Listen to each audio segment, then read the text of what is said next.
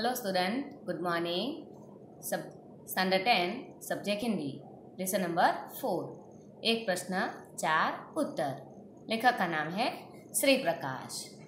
विद्यार्थी मित्रों, अगले वीडियो लेसन में हम लोगों ने ये पूरे पाठ की चर्चा की। आज हम इस पाठ के स्वाध्याय की चर्चा करेंगे। तो देखिए, स्वाध्याय में सबसे पहले हम लोग शब्दार्थ ले लेते हैं। शब्दार्थ में खप्त यानी कि धुन। देखो विद्यार्थी मित्रों, आपको दिखाई दे रहा है विवश यानी बाध्य यानी कि विवश, दरखास्त यानी आवेदन प्रस्ताव, दासता यानी गुलामी, दावत यानी भोजन का निमंत्रण आमंत्रण, मेजबान यानी यजमान, इतिश्री यानी कि समाप्ति, फिर मर भूखा यानी ज्यादा भूखा, जो भूख से मर रहा है। नेक्स्ट, मुहावरा, नाक में दम करना, जीना हराम कर देना। फिर से, नाक में दम करना यानी जीना हराम कर देना। चलो विद्यार्थी मित्रों, अब हम लेंगे स्वाध्याय। स्वाध्याय में प्रश्न नंबर 1। इसमें पहला प्रश्न है, प्रत्येक नागरिक को पूर्णतः लगन एवं निष्ठा के साथ कार्य करना चाहिए। तो जवाब है ईमानदारी। लगन एवं निष्ठा के साथ, ईमानदारी के साथ काम करना चाहिए। दूसरा प्रश्न, वृद्ध ईसाई पादरी ने कहा, प्रश्न है, वृद्ध ईसाई पादरी ने कहा, तुम लोग अपने काम में गर्व नहीं लेते। फिर से, वृद्ध ईसाई पादरी ने कहा, दी आंसर, तुम लोग अपने काम में गर्व नहीं लेते। प्रश्न नंबर 3, भगवान की मूर्ति की स्थापना करने के बाद, प्रश्न नंबर 3, भगवान की मूर्ति की स्थापना करने के बाद उनके कहे अनुसार चलना चाहिए। फिर से, भगवान की मूर्ति की स्थापना करने के बाद उनके कहे अनुसार चलना चाहिए। आगे प्रश्न नंबर 2, निम्नलिखित प्रश्नों के एक एक वाक्य में उत्तर लिखिए। उसमें प्रश्न नंबर 1, लेखक को किस बात की खपत है। प्रश्न नंबर 1, लेखक को किस बात की खपत है। तो उसका जवाब है, लेखक को देश की अवनीति के कारण जानने की खपत है। फिर से, लेखक को देश की अवनति के कारण जानने की खपत है। नेक्स्ट, कुटुंब व्यवस्था किस प्रकार नष्ट हो गई। तो उसका जवाब है, गुणी बड़े बूढ़ों द्वारा अपना ज्ञान अपने पुत्रों को न देने के कारण कुटुंब व्यवस्था नष्ट हो गई। कुटुंब व्यवस्था नष्ट क्यों हो गई, किस प्रकार नष्ट हो गई। तो उसका जवाब है कि गुणी बड़े बूढ़ों द्वारा अपना काम अपने पुत्रों को न देने के कारण कुटुंब व्यवस्था नष्ट हो गई। अगला प्रश्न, हम किसकी जय जयकार करते हैं। तो जवाब है, हम बड़े बड़े नेताओं की जय जयकार करते हैं। फिर से, हम बड़े बड़े नेताओं की जय जयकार करते हैं। आगे प्रश्न नंबर 4, सच्चा देशभक्त कौन है। तो उसका जवाब है, जो अपना कर्तव्य ठीक से करता है वही सच्चा देशभक्त है। फिर से, जो अपना कर्तव्य ठीक तरह से करता है वही सच्चा देशभक्त है। नेक्स्ट प्रश्न, प्रश्न नंबर 3, निम्नलिखित प्रश्नों के 2-3 वाक्यों में उत्तर लिखिए। उसमें पहला है, हमारे देश में किस प्रकार जागृति आ सकती है। तो उसका जवाब है, हमारे देश के लोग अपने काम में गर्व नहीं लेते। इसके अलावा वे अपने जिम्मेदारी भी नहीं समझते। यहाँ के लोग श्रम का महत्व नहीं पहचानते और स्वयं मेहनत करने से परहेज करते हैं, आलस करते हैं। गुणी और जानकार लोगों में उदारता नहीं है। वे अपनी विद्या दूसरों को बताना नहीं चाहते। यदि इन बुराइयों को दूर कर दिया जाए तो हमारे देश में जागृति आ सकती है। तो यही कारण लेखक ने बताया जागृति न आने का। आगे प्रश्न नंबर 2, मनुष्य समाज को संगठित करने के लिए हमें क्या करना चाहिए। तो उसका जवाब है, मनुष्य समाज को संगठित करने के लिए हमें अपने नेताओं द्वारा बताए हुए मार्ग पर चलना चाहिए और उनके आदेशों के अनुसार अपने जीवन का संगठन करना चाहिए।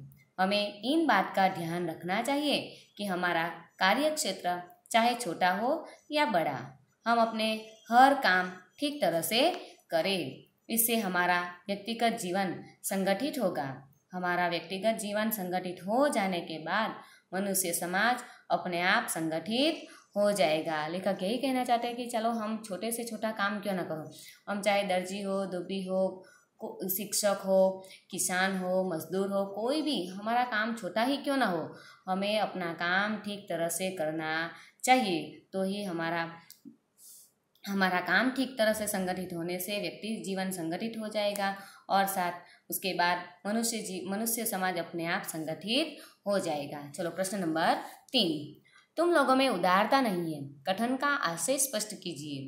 तो जवाब है, यहाँ उदारता शब्द का आशय किसी को आगे बढ़ाने, किसी को अपनी योग्यता दिखाने का मौका देने, किसी के विकास का मार्ग अवरुद्ध न करने, अपनी विशिष्ट विद्या अपने जीते जी दूसरों को दे जाने तथा जरूरतमंद को काम सिखाने आदि के बारे में उदार दृष्टिकोण रखने से है। हमारे देश के लोग में यह उदारता नहीं होती। वे दूसरों को आगे नहीं बढ़ने देते, स्वयं ही आगे बढ़ते रहना चाहते हैं। गुणी नवयुवकों को अपनी योग्यता दिखाने का अवसर नहीं देते। वे अपनी विद्या भी किसी को नहीं सिखाते और वह उनके साथ ही खत्म हो जाती है। इससे देश और समाज का बड़ा नुकसान होता है और लोगों को उपयुक्त अवसर पाने से वंचित रह जाना पड़ता है। तो इस प्रकार यहाँ पर समझाया गया है कि हम भारतीयों में उदारता नहीं है, हमें जो विद्या आती है वो हम दूसरों को नहीं सिखाना चाहते, यानी दूसरों को आगे बढ़ने देना नहीं चाहते हैं। यही इस कथन का आशय है। तो चलो आगे प्रश्न नंबर 4, सविस्तार उत्तर लिखिए। उसमें फर्स्ट वन है, ईसाई पादरी ने लेखक के प्रश्न का उत्तर किस प्रकार दिया। ईसाई पादरी ने लेखक के प्रश्न का उत्तर किस प्रकार दिया। तो उसका जवाब है कि ईसाई पादरी लेखक के विदेशी मित्र थे। उन्होंने लेखक के प्रश्न के उत्तर में कहा कि तुम लोग अपने काम में गर्व नहीं लेते। उन्होंने अपनी बात को स्पष्ट करते हुए कहा कि यहाँ के लोगों की कथनी और करने में बहुत फर्क होता है।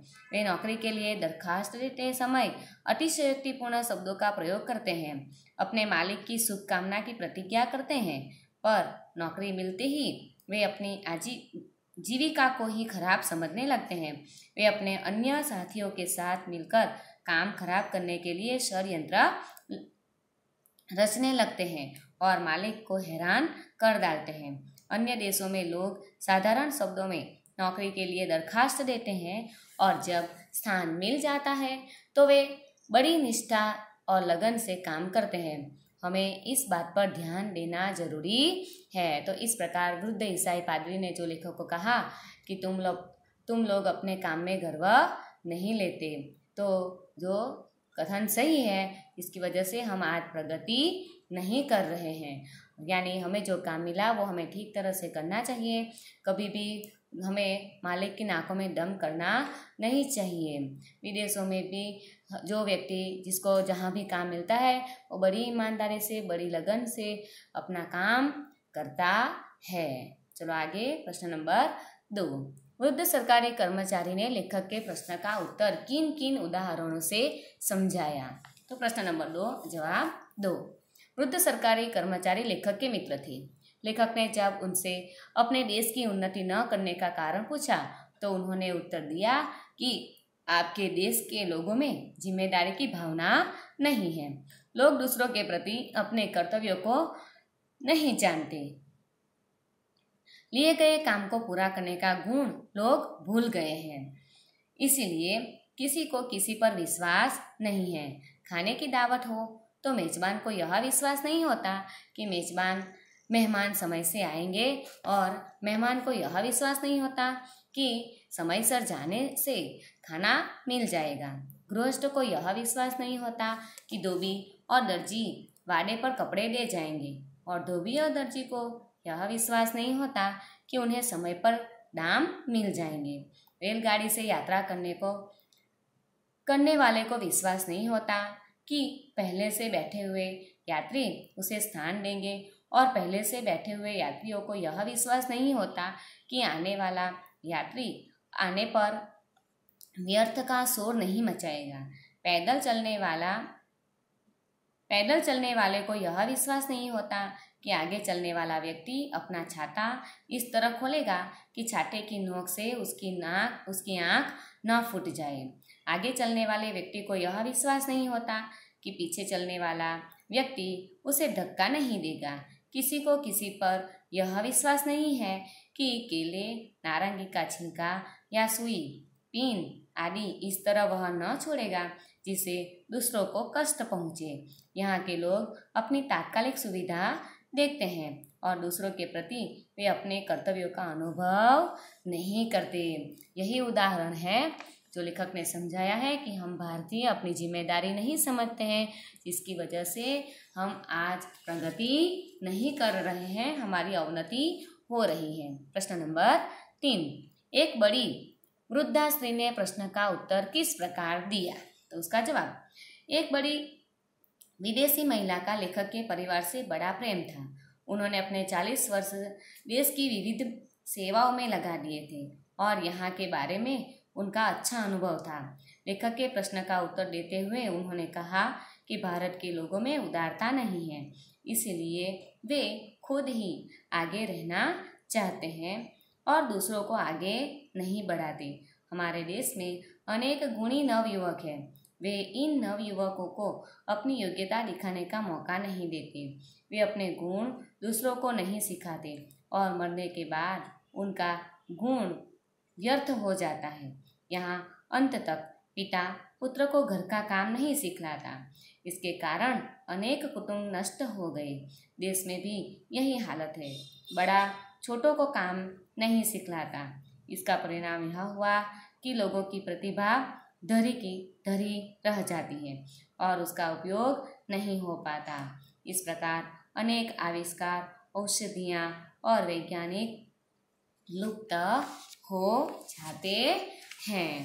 तो इस प्रकार लेखक ने बताया कि हमारे अंदर उदारता नहीं है, हम अपना काम दूसरों को नहीं सिखाते हैं, जिसकी वजह से हम प्रगति नहीं कर रहे हैं। प्रश्न नंबर 4, देश को कैसे नागरिकों की आवश्यकता है और क्यों? तो जवाब है, किसी भी देश की उन्नति उसके गुणी, परिश्रमी, निष्ठावान, जिम्मेदार, उदार तथा विवेकशील नागरिकों पर आधारित होती है।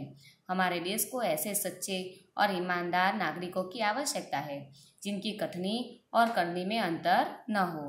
वे जो काम ले उसे निष्ठापूर्वक संपन्न करें।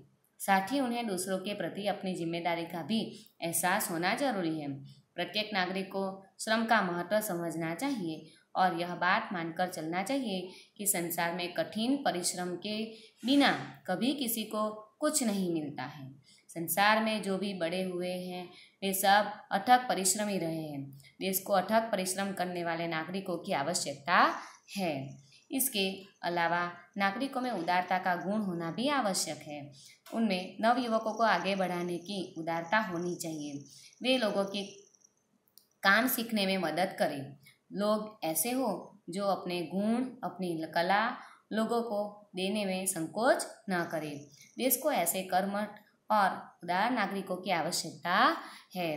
तो यहाँ पर लेखक कहना चाहते हैं कि हमारे देश में जो नवयुवक अपनी ईमानदारी से, लगन से अथक परिश्रम करे तथा अपने आप को जो काम, जो विद्या आती है वो दूसरों को भी सिखाए, उदारता दिखाए, दूसरों को भी आगे बढ़ाए, ऐसे नागरिकों की हमारे देश में आवश्यकता है जो हमारे देश की प्रगति में काम आ सके। तो इस प्रकार विद्यार्थी मित्रों, हमारा ये पाठ आज पूरा हुआ। आप लोग इस पाठ के स्वाध्याय प्रश्नों के आंसर अपने नोटबुक में लिखेंगे। Okay, thank you.